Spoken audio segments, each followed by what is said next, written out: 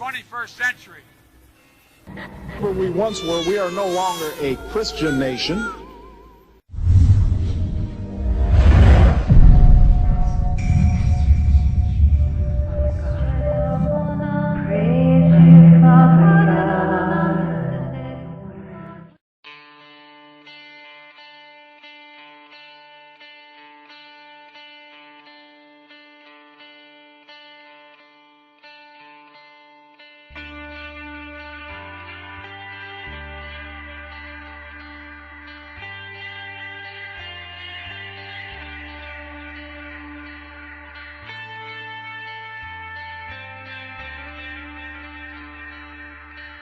Now, many of you are going to remember this story here. It says, Pope Francis assures atheists, you don't have to believe in God to go to heaven.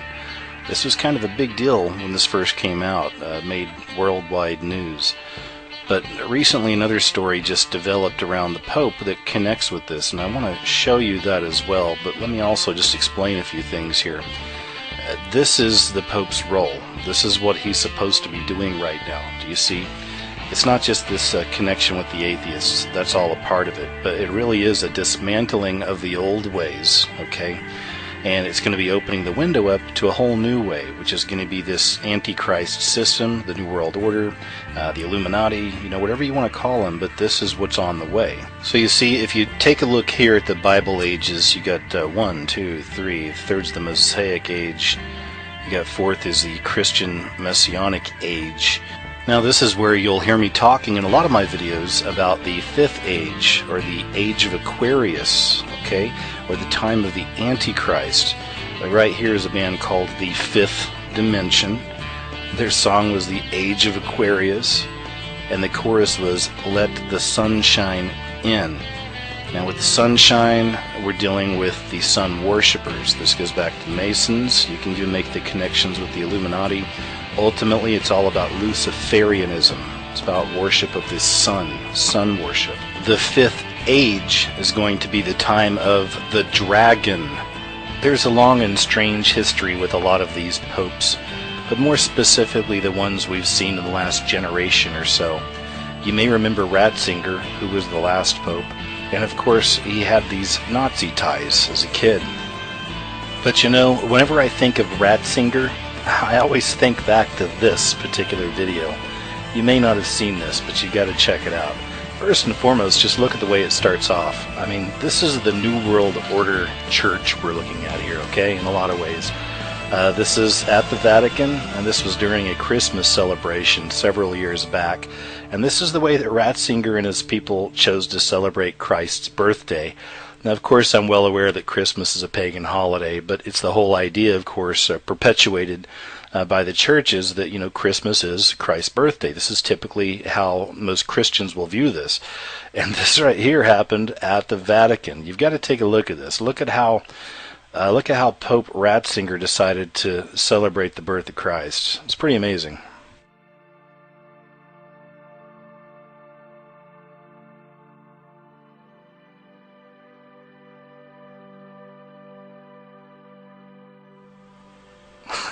And look at the nuns. You gotta love the nuns.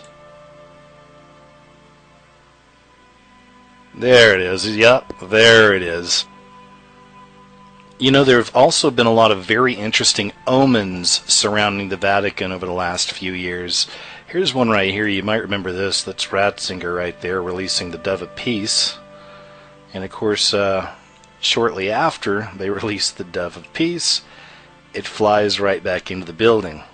But that wasn't the only time we had something unusual happen here with these doves of peace.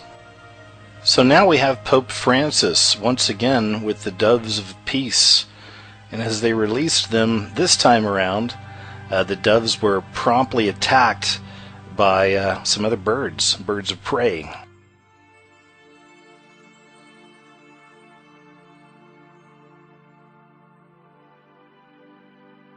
This right here is actually from the night that the Vatican temple was hit by lightning. And this is right after Pope Ratzinger had offered his resignation due to all the child sex scandals that were coming out. I thought this story was really interesting about Pope Francis. Here it says he thanks exorcists for showing, quote, love to the possessed. Now, I've covered this subject a lot in the past. Many of you are well aware of this kind of black awakening. We're seeing these satanic groups come out more. We're seeing these more in the news, more satanic crime, satanic rituals. We're seeing Satanism blatantly in a lot of our pop culture now, in movies, TV shows, commercials, you name it. It's really just kind of right there in your face. You also look back to all the recent kind of so-called cannibal attacks or zombie attacks, the people kind of going crazy out there and attacking other people, acting like animals, grunting, taking their clothes off. The media tells us this is bath salts. I've done some videos on this in the past. I believe it's just another example of demonic possession. This story came out right around Halloween. It says Rome, just in time for Halloween, and against an unspecified steady increase of demonic possession, Pope Francis thanked exorcists for showing the church's, quote, love for those possessed by the devil. Now, about 300 exorcists from around the world attended that convention in Rome, and their spokesman later expressed concern about the number of people turning to Satanism and the occult. To me, this is a prime example of where many of the people involved in this beast system, this Illuminati system, whatever term you want to put on it, these are witches, these are warlocks essentially, and there's lesser magic involved here. They have to kind of tell us what they're going to do before they do it sometimes, and I believe that, like in this case right here, they are also required to tell us the truth about such things. And there's no denying that we're seeing this rise in Satanism, this rise in the occult, and this rise in wickedness in general. Now, this right here is a classic example to me of cognitive dissonance or doublethink. And here we see Pope Francis encouraging reconciliation between evolution and creationism.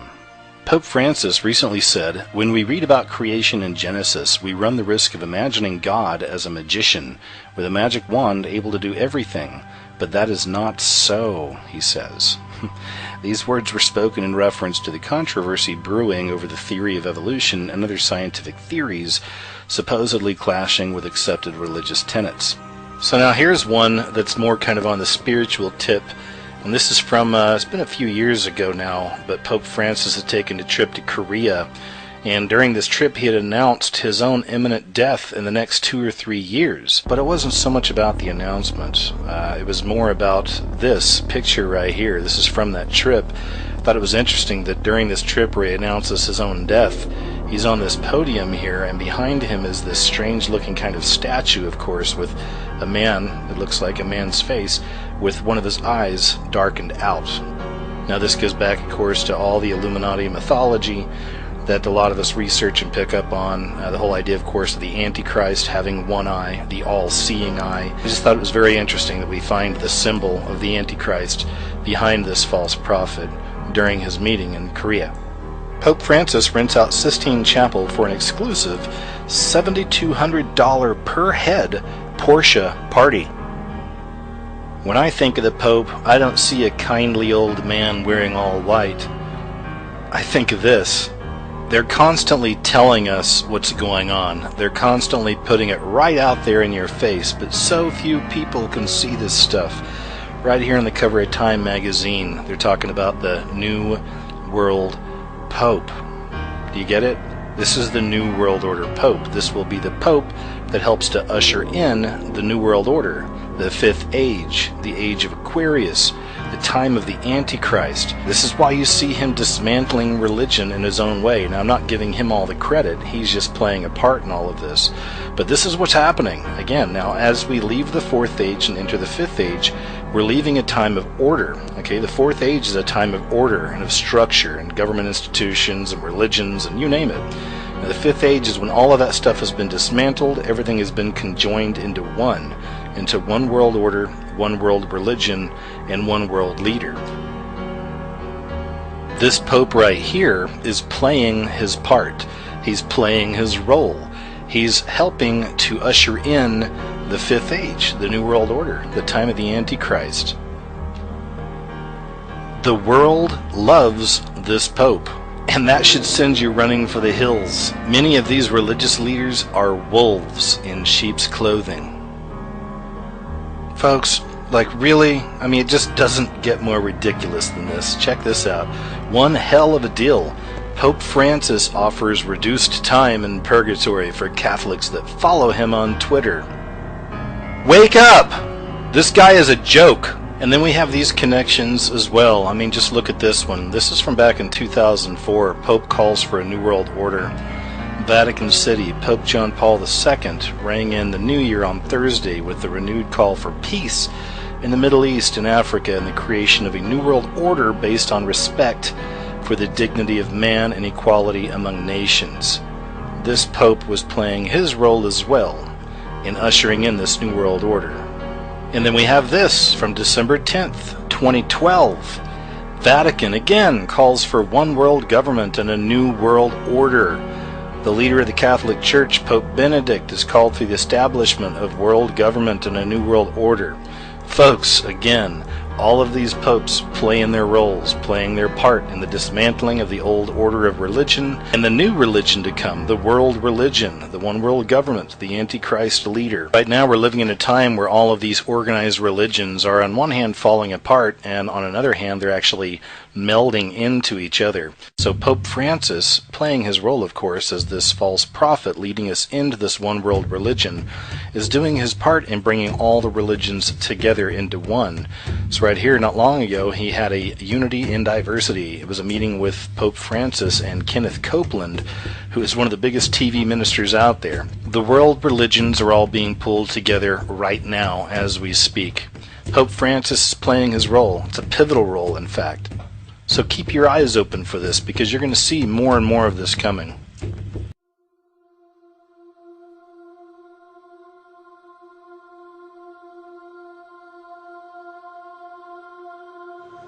Be still and know that I am God.